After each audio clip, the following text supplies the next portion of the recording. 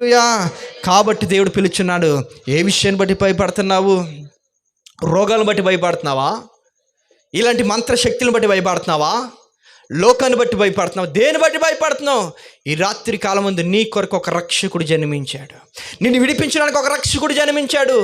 నీ కొరకే ఒక దేవుడు, ఆయనే ప్రభువైన యేసు క్రీస్తు వారు. దేవుని స్తోత్రం కలిగిన గాక. హల్లెలూయా, హల్లెలూయా. ఆయన ఎందుకు జన్మించాడంటే మనకి రక్షణ ఇవ్వడానికి జన్మించాడు. దేవుని స్తోత్రం కలిగిన గాక. హల్లెలూయా, హల్లెలూయా. ఆయన ఎందుకు జన్మించాడంటే పాపులను రక్షించడానికి జన్మించాడు. ఎవరిని రక్షించడానికి? పాపులని రక్షించడానికి. మీరు అనొచ్చు, అయ్యా మేము పరిశుద్ధులమేనండి, మంచిగా బతికామండి, మేము అన్ని పుణ్యకార్యాలు చేసామండి, ఎన్నో అన్న సమర్థాలు ఎన్నో చేసాము, అలాంటివన్నీ చేసాము పుణ్యకార్యాలు, అయినా సరే మేము పాపులు ఏమైనా వెళ్తాము అని అనుకోవచ్చు మీరు. హల్లెలూయా. మీరు పాపులు కాదు, మీరు పాపులు కాదు.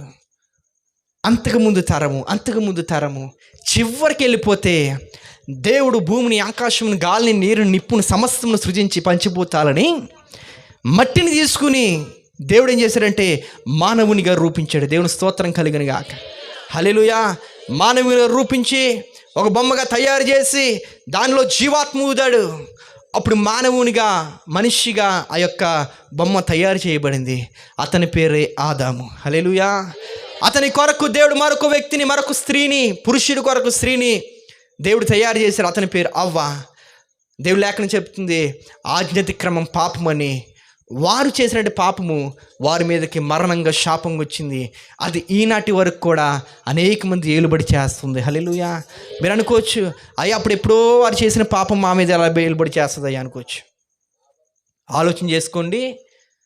పాపం చేసింది అవ్వ, ఆదాము. ఎవరు చేశారు అంటే మూల పురుషులు, ఆది పురుషులు పాపం చేశారు. మరణం ఎవరికి రావాలి? అవ్వ, ఆదాముకి మరణం రావాలి. కానీ దేవుని బిడ్డలారా, వారు మరణించారు. అప్పటిదాకా మరణం లేని వారు మరణించారు. మనిషి అన్నవాడికి మరణం లేదు. వారి పాపం చేయగానే మరణించారు. ఆ తర్వాత వారి కుమారులు కూడా మరణించారు. దేవుని స్తోత్రం కలిగిన గాక. అంటే వారి కుమారుల మీద కూడా శాపం వచ్చింది. ఆ శాపం ఈనాటి వరకు కూడా మరణంగా ఏలుబడి చేస్తూ ఉంది. అందుకే పాపుల్ని రక్షించడానికి, మనందరం కూడా రక్షించడానికి ప్రభు అయిన యేసు క్రీస్తు వారు ఈ లోకానికి వచ్చారు. దేవుని స్తోత్రం కలిగిన గాక. హల్లెలూయా. ఆయన ఎలా రక్షిస్తాడండి?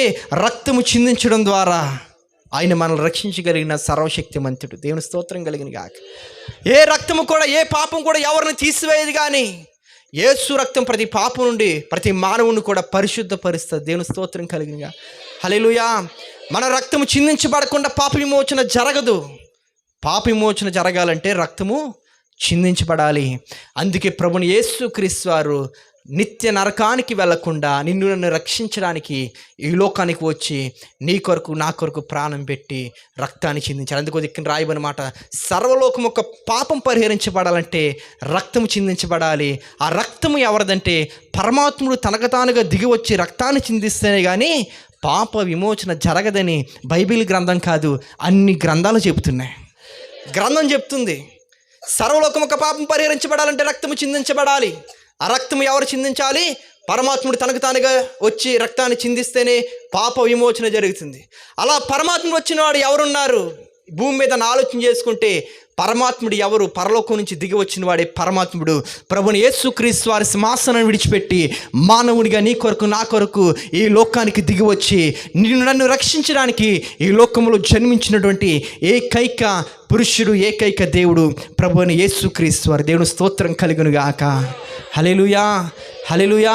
కాబట్టి ఏ రక్తం పడితే ఆ రక్తం పాపం తీసివేయదు. కానీ పరలోకం నుంచి దిగి వచ్చిన వాడి రక్తం మాత్రమే మా పాపాన్ని తీసివేస్తుంది. అందుకే ప్రభుని యేసుక్రీస్తు వారిని నమ్ముకోవాలి, వెంబడించాలి. దేవుని స్తోత్రం కలుగును గాక. హల్లెలూయా, హల్లెలూయా. అందుకే నేను అంటూ ఉన్నాను, యేసుక్రీస్తు వారిలో ఒక ప్రత్యేకత ఉంది. ఈ ప్రపంచమంతా ఆయన వెంబడిస్తుందంటే, ప్రపంచంలో ఉన్న అన్ని దేశాలు ఆయన వెంబడిస్తున్నాయంటే, ప్రపంచంలో ఉన్న వారందరూ కూడా ఆయన వైపే చూస్తున్నారంటే ప్రతి దేశంలో. ఎందుకంటే ఆయన కొన్ని ప్రత్యేకతలు ఉన్నాయి. దేవుని స్తోత్రం కలిగిన గాక. ఏమిటి ఆ ప్రత్యేకతలు? 3 విషయాలు మీ మధ్యలో పెట్టి నేను ముగిస్తాను. మొదటి ప్రత్యేకత, ఆయన కన్య గర్భవతి ద్వారా జన్మిస్తాడు. దేవుని స్తోత్రం కలిగిన గాక. ఎలా జన్మిస్తారంటండి? కన్యకు పుడతాడు. ఎవరికి పుడతారు చెప్పాలి. కన్యకి పుడతాడు. దేవుడు అనేటువంటి లక్షణాలు మొదటి లక్షణం, కన్యకి జన్మిస్తాడు. అందుకే ప్రభుని యేసుక్రీస్తు వారు దేవుడై ఉన్నాడు. దేవుని స్తోత్రం కలుగును గాక. మరియా అనేటువంటి ఒక కన్య యేసు అనేటువంటి దావీదు కుమారుడితో ప్రదానము చేయబడింది, కానీ వివాహం జరగలేదు. అటువంటి కన్యని దేవుడు వాడుకుని పరిశుద్ధాత్మ ద్వారా ప్రభుని యేసుక్రీస్తు వారు ఆ కన్యకి ఏమిచ్చాడు? గర్భఫలాన్ని ఇచ్చాడు. హల్లెలూయా. కన్య గర్భవతి, కుమారుని కన్ను. హల్లెలూయా. అతనికి యేసుక్రీస్తు వారిని పేరు పెట్టబడిన, ఇమ్మానుయేలు అని పేరు పెట్టబడింది. దేవుని స్తోత్రం కలుగును గాక. హల్లెలూయా, హల్లెలూయా. మొదటి మాట ఏంటంటే, యేసుక్రీస్తు వారిలో దేవుడు ఉన్నటువంటి లక్షణాలు మొదటి లక్షణం ఏంటండి? కన్యకు జన్మిస్తాడు. దేవుని స్తోత్రం కలుగును గాక. ఎవరికి జన్మిస్తారు? ప్రభుని యేసుక్రీస్తు వారు కన్యకు జన్మించాడు కాబట్టి ఆయనలో ఏం లేదు తెలుసండి? జన్మ పాపం లేదు. మానవుడు మరణిస్తూ వచ్చాడు, కానీ అవ్వ ఆదాము చేసిన పాపాన్ని బట్టి అందరూ మరణానికి లోనయ్యారు. కానీ యేసు ప్రభు వారు మరణించిన తిరిగి లేచాడు, పునరుద్ధరణే. కారణం ఏంటంటే ఆయన పరిశుద్ధునిగా కన్య గర్భమందు జన్మించాడు కాబట్టి. దేవుని స్తోత్రం కలిగిన గాక. పురుషుని ప్రమేయం లేకుండా జన్మించాడు కాబట్టి, పరిశుద్ధాత్మ ద్వారా జన్మించాడు కాబట్టి ఆయనలో ఏముందంటే దైవ లక్షణం ఉంది. ఆయన అందుకే దేవుడై ఉన్నాడు. అందుకో ఇక్కడ గ్రంథంలో రాయబడింది ఏం తెలుసా? ఓం శ్రీ కన్య సుతాయ నమః అని ఉంటాను. ఓంకారం అనగా, ఓంకారం అంటే తప్పేం కాదు, అది దేవుని యొక్క శబ్దం. ఏ దేవుడైనా సరే పిలవబడడానికి ఓం అంటే దేవుడు మాత్రమే తప్ప వేరొకటి కాదు, కేవలం దేవుడే. అదే దేవుడి పేరు కూడా సూచించదు. ఏ దేవుడికైనా ఓం అంటారు. శ్రీ అంటే గౌరవనీయం. కన్యసుతాయ, హల్లెలూయా. కన్యకు జన్మించిన వాడే ఉండాలి. అటువంటి వారు ఎవరున్నారు భూలోకంలో? అటువంటి వారు ప్రపంచంలో ఎవరున్నారంటే ప్రభుని యేసుక్రీస్తు వారు ఒక్కరు మాత్రమే దైవికమైన లక్షణాన్ని కలిగి ఉన్నాడు. దేవుని స్తోత్రం కలుగును గాక. హల్లెలూయా, హల్లెలూయా. ఎవరు? ప్రభుని యేసుక్రీస్తు వారు. ఆయన కన్యకు జన్మించాడు, పరిశుద్ధునిగా జీవించాడు. దేవుడు అనేవాడికి కామ క్రోధ మదమత్సరములు ఉండకూడదు. ఆయన పరిశుద్ధునిగా జీవించాడు. ఆయన జీవితకాలం అంతా కూడా కామం అనేది లేదు, కోపం అనేది లేదు, మదం లేదు. ఆయన మీద ఒక్క మచ్చ కూడా లేదట. దేవుని స్తోత్రం కలిగిన గాక. అందుకే పిలాతు కోర్టు ముందు నుంచున్నప్పుడు నాలో పాపం ఉందని మీలో ఎవడైనా స్థాపించగలడని ప్రభుని యేసుక్రీస్తు వారు చెప్పినప్పుడు ఎవడు కూడా నోరు మెదపలేకపోయారు, మాట్లాడలేకపోయారు. ఎందుకని? ఆయన మీద చిన్న మచ్చ కూడా లేదు కాబట్టి. హల్లెలూయా. అటువంటి వాడు మనకి దేవుడై ఉన్నాడు. దేవుని స్తోత్రం కలుగును గాక. హల్లెలూయా. ఇంకా చెప్పాలంటే మత్తయి సువార్త 2వ అధ్యాయము 1వ వచనం చదువుకుందాం.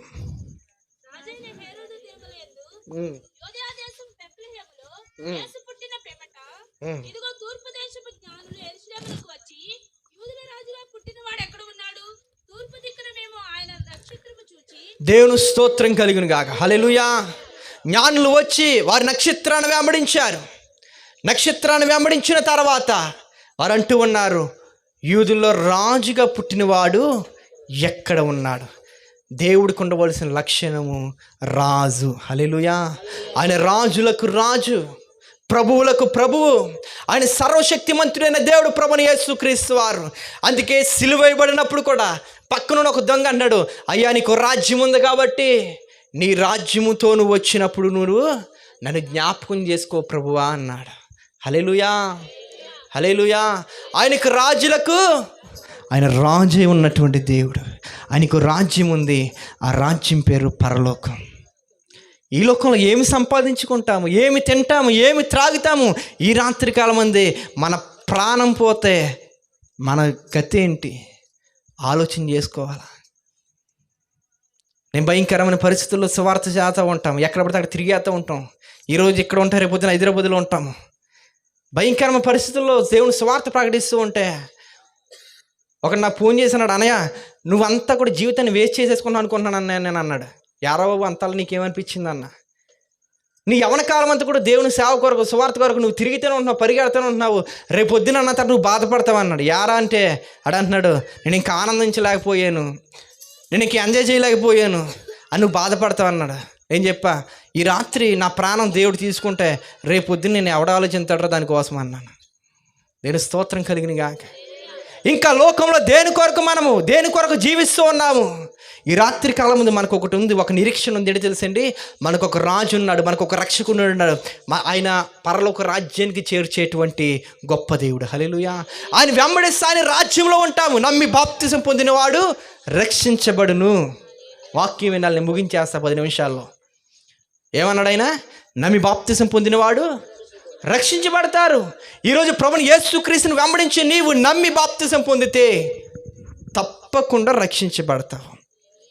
విశ్వాసం ఉన్న దేవుని స్తోత్రం చెప్పండి. హల్లెలూయా. బాప్తిసానికి ముందు నా జీవితం వేరే, బాప్తిసానికి ముందు నా కుటుంబం ఉపయోగకరంగా నేను లేను. బాప్తిసంలోకి వచ్చేసిన తర్వాత నా జీవితం అంతా కూడా మారిపోయింది.